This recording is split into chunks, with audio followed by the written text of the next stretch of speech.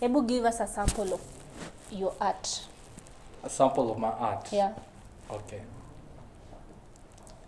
So, I'm a homie with a Rasta mentality, living free in this captive society, never fooled by their deceptive realities, poking holes at their tank of fallacy.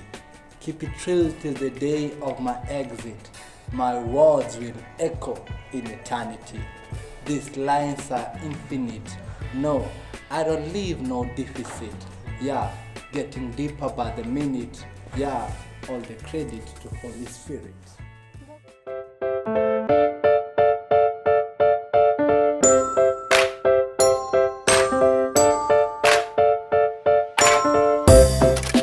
I go by the name Lutomia Diana from the Diana Lutomia. Of course, your number one infotainment channel. And for the new subscribers, karibu sana na tunawapenda. And for the returning subscribers, keep on supporting your girl.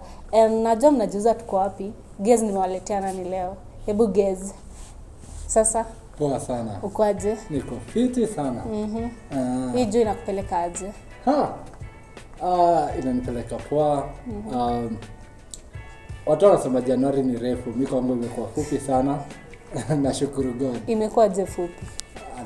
A lot, niko na a lot of things that zinani keep occupied. I guess if kuna kitu na do, time ina move haraka sana. So for me imekuwa poa. So jua ni moto pia. But tunashukuru God. Kukinyesha sana pia tunatetana, so acha tusitete. Yeah, able to tell us something about yourself. So I am Prince Oliver John Kamande, among many other names. But as a poet, I go by the name Prins, basically meaning son of God. That's what the name means. Prince is a poet and a creative. I am interested in all things art. Normally when I say I am a creative, people say specifically what area. I'm like, all areas of art. But the art that I specifically focus on as an artist is writing and performing poetry and spoken word.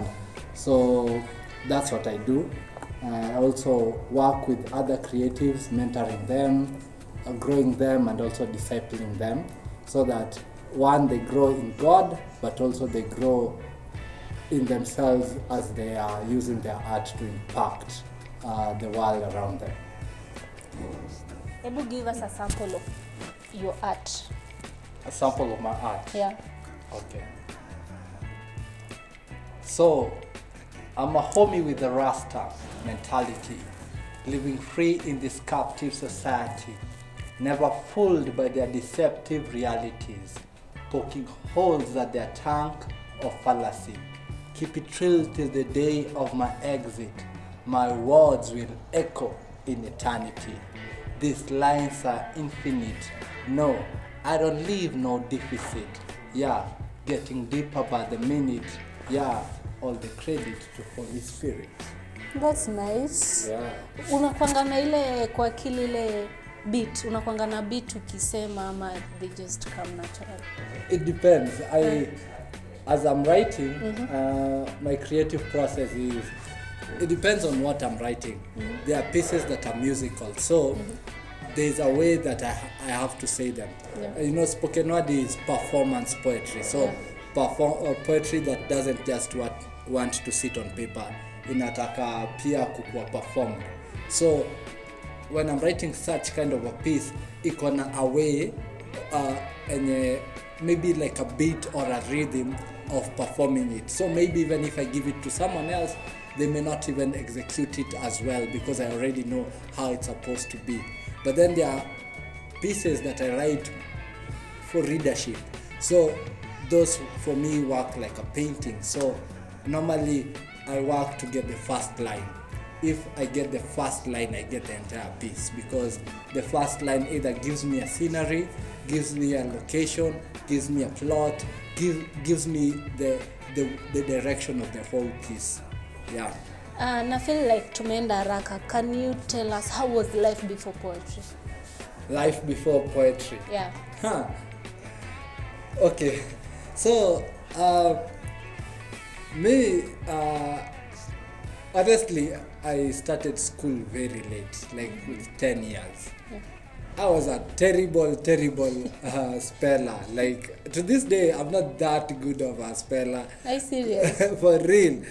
I'm a writer, but I normally, if you're with me, I normally ask you, so this word is spelled how? Bad spelling. So because I went to school late, and at some point they thought I had dyslexia.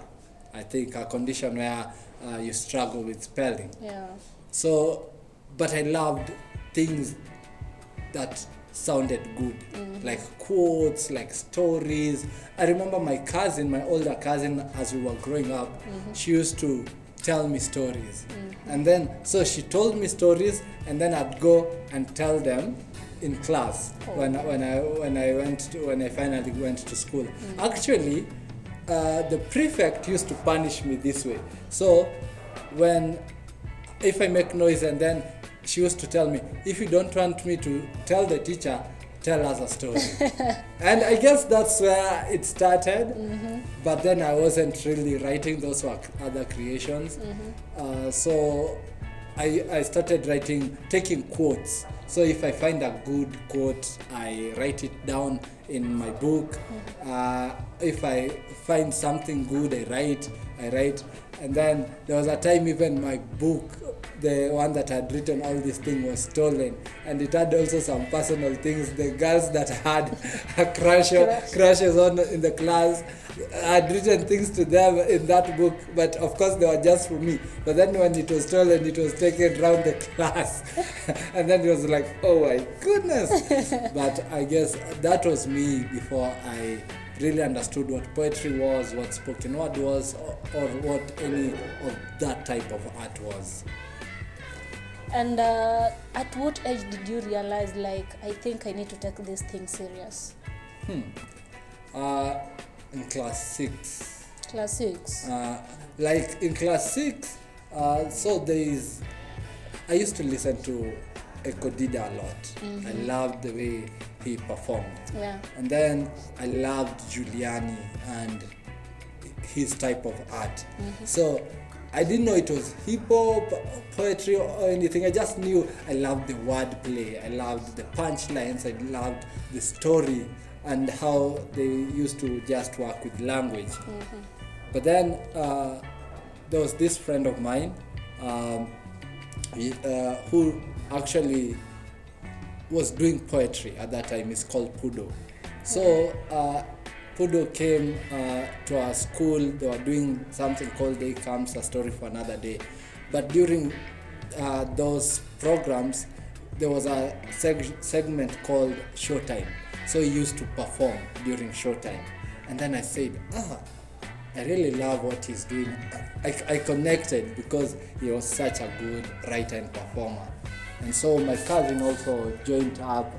She's called Prins. She used to call herself Ideal Poet. And she wrote a piece with a lot of Sean. I don't remember the piece, but it was a lot of Sean's. And so they were the first links to the word of poetry, to the world of poetry rather. And that's how I started growing into, I developed the interest of taking writing seriously. That's when I wrote my first poetry piece that I don't really remember, but I know it was taken from Martin Luther King Jr.'s I Have a Dream. That's when I actually started writing seriously poetry. And did you see yourself as a wordsmith or a storyteller? Honestly, as I started, first of all, I thought I was a very bad poet. Why? Because I wasn't as good as the people I was watching. So I was like, I was struggling to love my own pieces.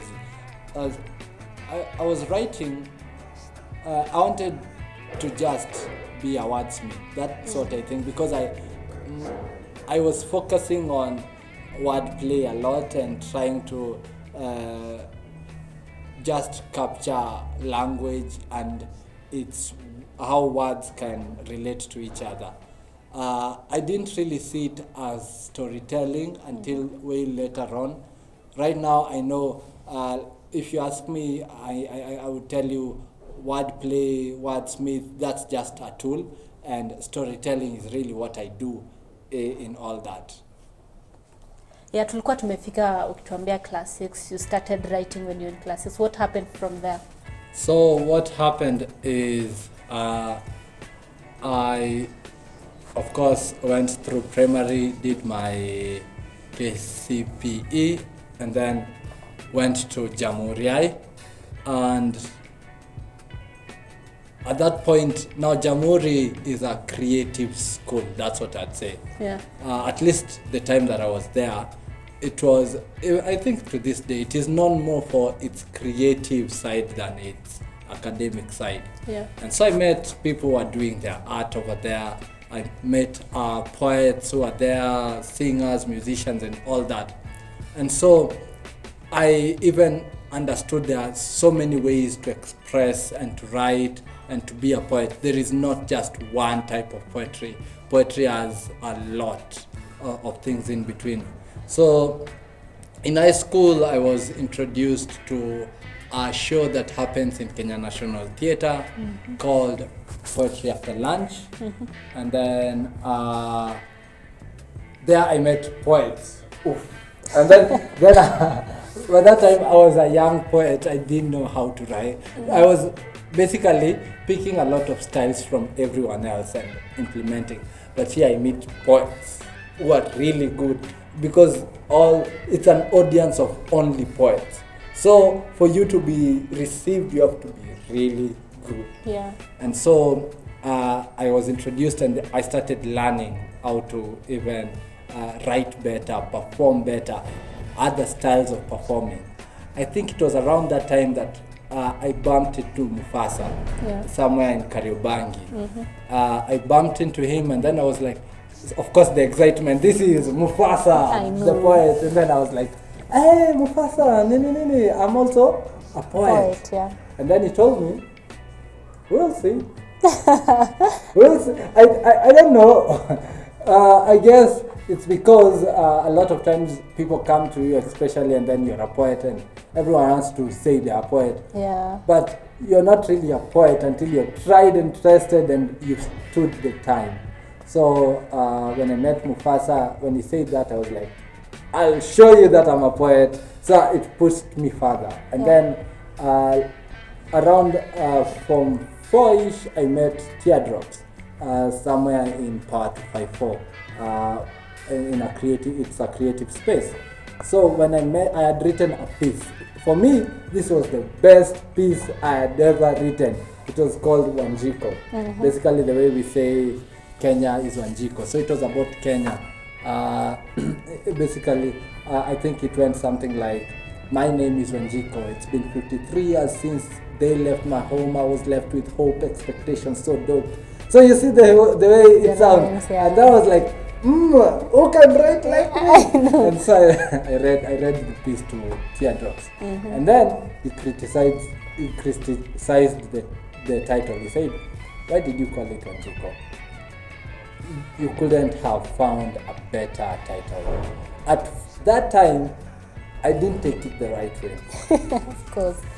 But it was really good because it made me want to write better, to prove that you think I'm not good enough, I'll show you I'm even better than you thought. That's when around that time I started writing what I now call painting poetry, where I'm writing poetry as if I am painting. So the words are not so direct, the theme is not so direct. I'm not just saying things the way they are. I'm talking about, I could be talking about colors, but I'm talking about identity. I could be talking about water, but I'm talking about struggle, because I wanted to show I can even write better. And I think these hurdles pushed me even further to to even improve my writing. What I've not mentioned is my school work was not working.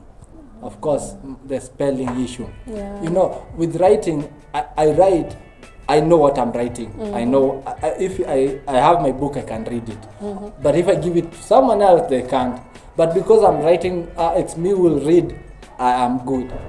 But because of spelling and also very hard, I went to school late.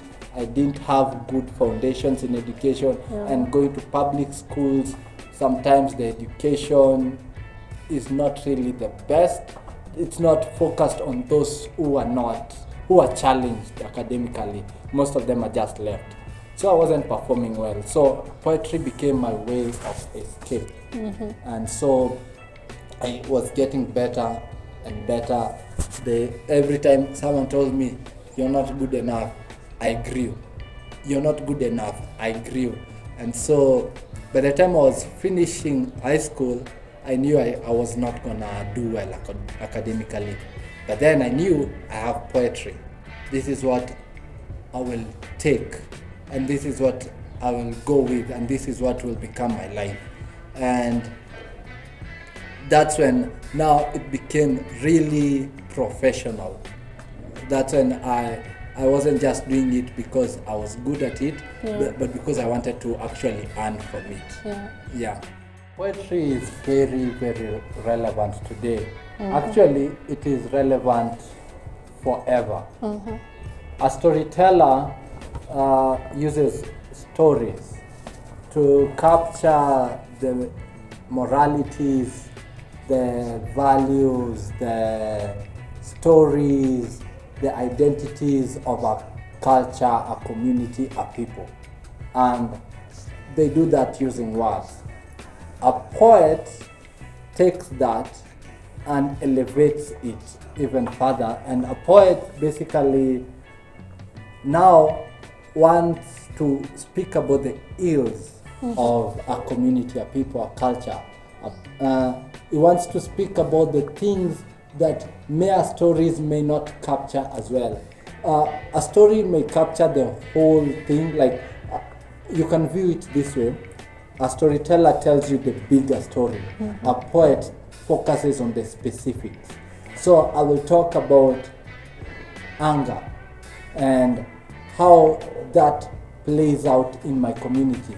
I'll talk about love and how that plays out in my community. Even if I'm talking about it from my own experience, we have a shared experience as a community, as a people, as a culture. So a poet takes a specific and expresses it and elevates it, and actually forces people to actually stop and think about this. So he shines a spotlight on a moment, on a theme that is specific. And because of that, poetry will always be relevant.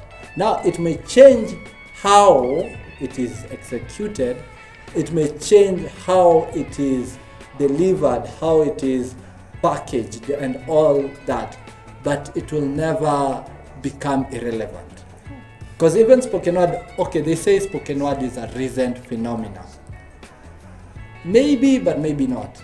What Martin Luther King Jr. was doing on the steps when he was saying, I have a dream, that is spoken word. It just wasn't called spoken word at that time. You read speeches by Churchill, you read speeches by Jomo Kenyatta, by Tom Mboya. That is poetry, that's spoken word. And you can trace it back to the ancient times, and even to now, and even in the future. As long as we have a people, we have a community, we have a culture, we have a history, we have experiences, poetry will always be relevant. I have something here. It's a book and it says, The Pen of Two Brothers. Ebu tell us something about this book. The Pen of Two Brothers. Yeah. This is my book. I launched it 2022 at the beginning of the year, but I had published it. It's a self-published book. I published it at the end of 2021. But the works that are in here are really works from about 5 years back. And I featured my big brother. That's why it says El Prins Fit Wawiru Mark or Wawiru Kanene. So my brother also writes. Doesn't really perform, but he writes. So when I was writing and compiling these pieces into a book, I called my brother and was like, can I feature some of your works in my book? And he said yes. And so I also put a number of his works in here. And I know that his works may go even further than 5 years. Yeah. So the book basically is a poetry book. But it is not only poetry in the normal way we understand poetry. It has quotes, it has short stories written in a poetic form, and it has poetry of different kinds, basically. But the whole book captures the story of me, but really the story of us. When I say that, I mean I talk about love, heartbreak. I talk about culture and community. I talk about nature. I talk about faith and my struggle even with faith. I talk about war. You find there are pieces here that talk about not really a direct speaking about a particular war, but what all that does. I talk about desperation and fears. I talk about hope. I talk about my desires, especially I've written there's a letter here that I've written to my daughter. I also talk about so many other things, and there are so many things contained in there. Everyone of every age will love and have loved this book, because I've had teenagers who have read the book and they're like, wow. Actually, I had a story that really touched my heart. Someone met me and then I was like, oh, so I've written this book, The Pen of Two Brothers. And then it was like, oh, you're the one who wrote that book. I was like, yeah. How did you know it? I said, oh, someone in my class has that book, and they were very protective about it.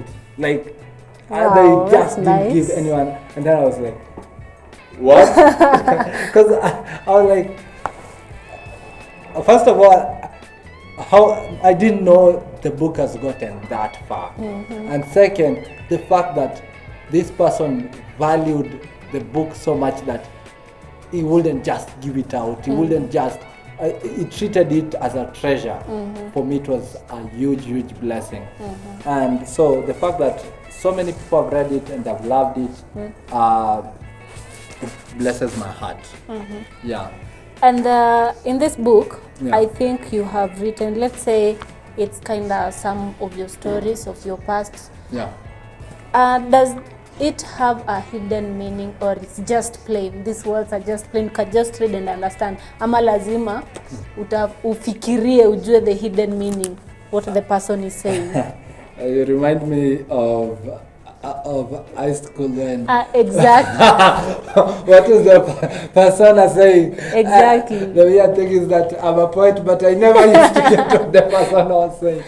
But the thing about poetry and even storytelling is, yes, there is what the author has written, but there is also what the audience hear. And it is the story of the author, whatever they wrote, is as legitimate as what the audience hear. So honestly, if you read this piece here and you don't get it the way I wrote it, you're not necessarily wrong, because it is part of the story, the larger story. Of course, there are pieces that are very metaphorical. I'm talking about a specific struggle, a specific thing but written in a metaphorical way, you can really transpose into that piece whatever meaning you get from it because of how metaphorical it is. And you're not wrong. But then there are pieces that are quite direct. When we talk about, when I'm talking about the letter to my daughter, it's just the letter to my daughter. There is not really a deeper meaning behind it, though it has, I want to believe, deep words in there. But it's a letter to my daughter. So the book, there are metaphorical pieces and then there are plain pieces. The first piece that is called Shades is a metaphoric, it's a painting really for me. You can see it only one word or two or three words, not more than 5 words. So the whole piece, I was seeing it as a painting. So there is that. So does it have a hidden meaning? Yes, some of the pieces, but not every piece. Yeah. And I've realized, because if I read, let's say, shades, faces, aging, folding skin, do you think poems need rhyme? This is it's a trick question because I might throw some poets under the bus and I don't want to. But I believe a poet who primarily wants to capture rhymes is still a young poet. Like, I'm not saying mature poets cannot write focusing on rhymes, but if all a poet is focusing on is a particular element and that's all he wants, as long as it rhymes, then you may have not really grown enough to know that you can write beyond rhymes and also beyond wordplay or beyond, because for example you meet poets who are just doing wordplay and punchlines and they are good and people snap, oh my god, that is good. But if you ask what was he saying, you find it was just regurgitating, like repeating whatever has already been said. And sometimes I feel being an artist of whatever kind is a responsibility to tell the stories of the community and tell it so well that it survives beyond your generation. That's why I know Shakespeare here in Kenya and he wasn't even a Kenyan. I don't even think he knew there was a place called Kenya. But because of how well he told the stories of his time, his culture, his people and his community, he has survived. And for me, I believe as an artist, it's a responsibility on me to tell the stories of my time so well that it survives beyond me. And so I may not really want to just only capture rhymes. For me, that will die. And let's say if poetry were banned, let's say tomorrow, what will you do to express yourself creatively? If poetry was banned? The thing about creativity is that you can actually find another creative way of doing the same thing. So if they say, for example, you cannot perform poetry, then I will probably find a way to sing it. Really? Or I'll find a way of creating it through chairs or through everyday life, through conversations, through every other means. Like, because I will find a creative way to still produce the same thing. Because for me, I live to write. And of course, privately, it will be so hard to stop me from writing privately. So in the public space, that's when they might say, now you can no longer do this. But then I can find the public in so many other ways. And I could even pretend that I am crazy and go to the streets and just pretend I am crazy and then do things. And in my own creative way, still get to perform and say whatever I need to say. Oh, that's nice. Yeah. How has poetry changed your life? Poetry has given me a voice.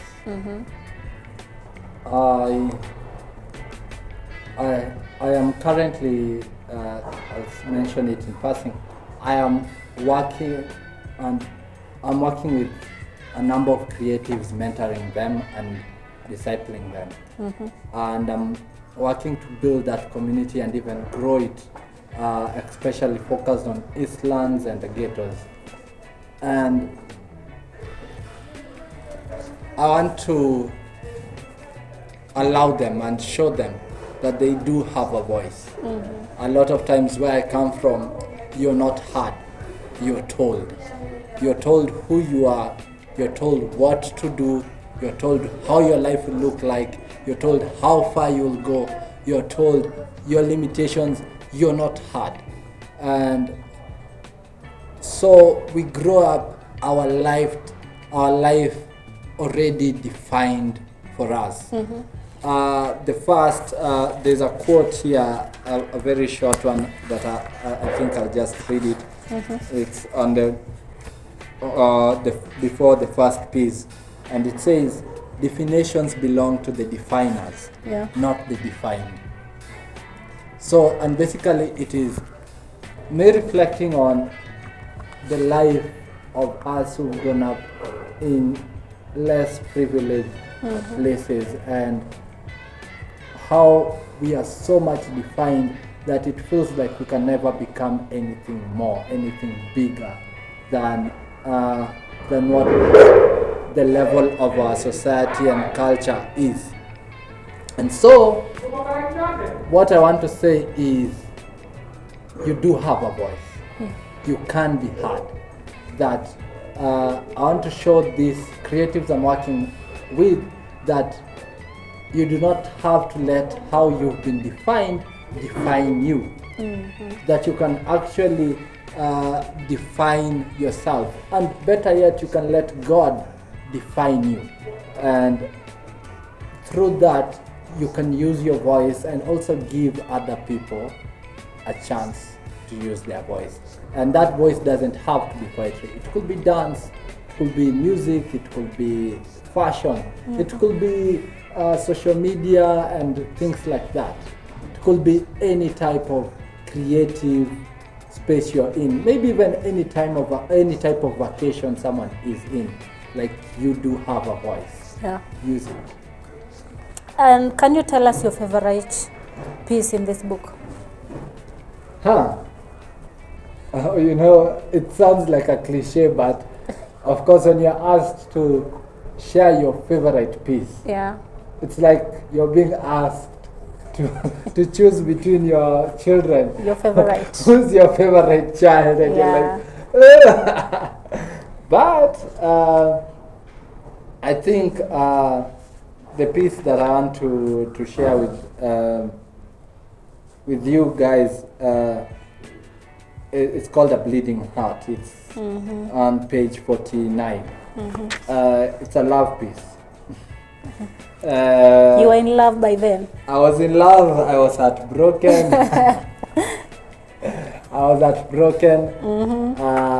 We never really were dating, but it didn't work out.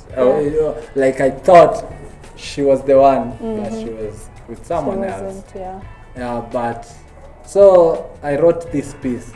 Why I love this piece, in spite of that history, is the lessons it teaches me, which is a weird thing to say, but the lessons it teaches me about love, and being able to see love as not a demand but a gift, something that you give towards another person, and you share it, and whether they receive it or not, you still give. It reminds me of how God has given me His love without the guarantee that I will receive it.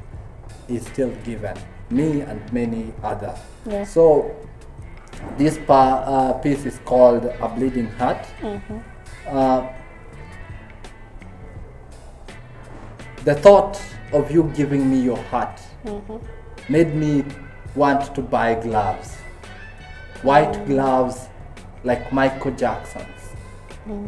I thought of washing my hands with hot water, water so hot to make my hands soft enough to hold your heart with tender care.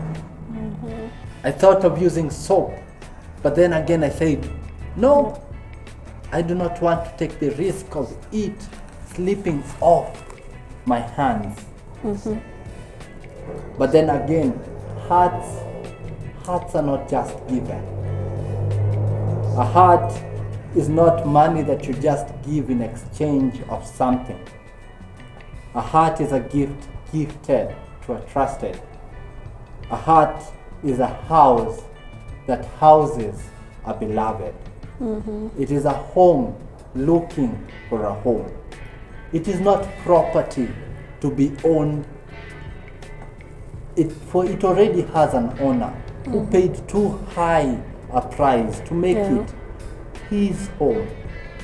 So when a heart is given to a beloved, it is shared.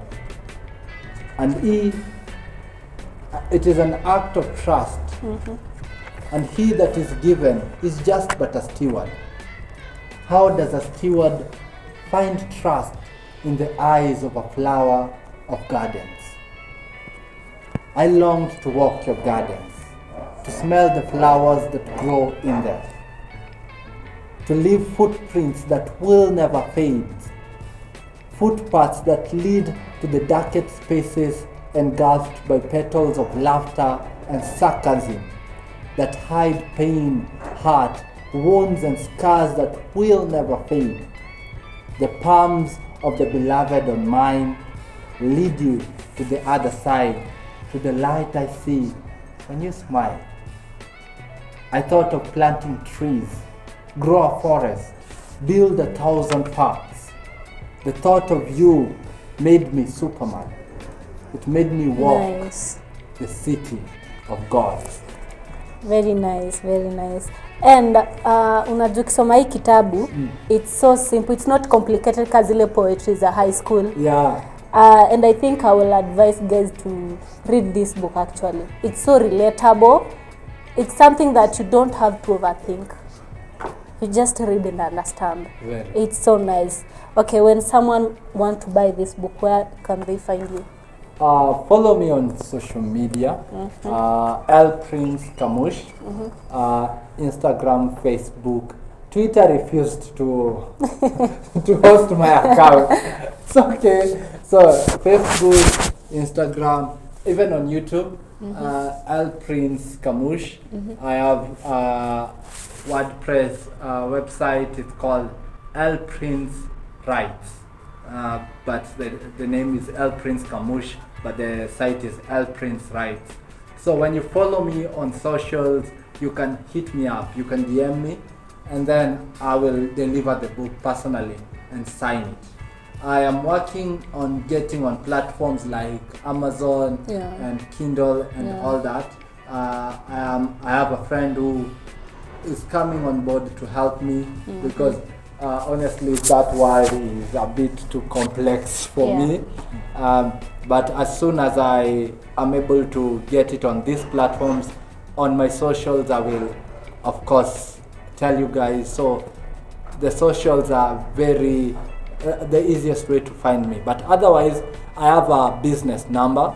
I think I can share. Yeah, you can just share it. So you can find me or WhatsApp me or call me via 07 45 15 8227.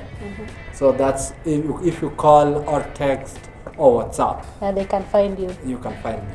We really appreciate. Thank you. Thank you so much for giving us your time. And I love your creativity. You're very creative. Thank you. And actually, I'm going with this book. This one's mine. It's okay. The price, but then the price is only 1,000 shillings. Oh, that's cheap. It's only 1,000 shillings. But if you're an high schooler, a student, you can get it for 700. Oh, that's nice. There's a discount for a student. Yeah, because I want them to really get an opportunity to also Read. and since they don't work, a discount. Okay, that's nice. Thank you so much for watching this video until to the end. Like this video, comment, share and subscribe. Until next time, peace.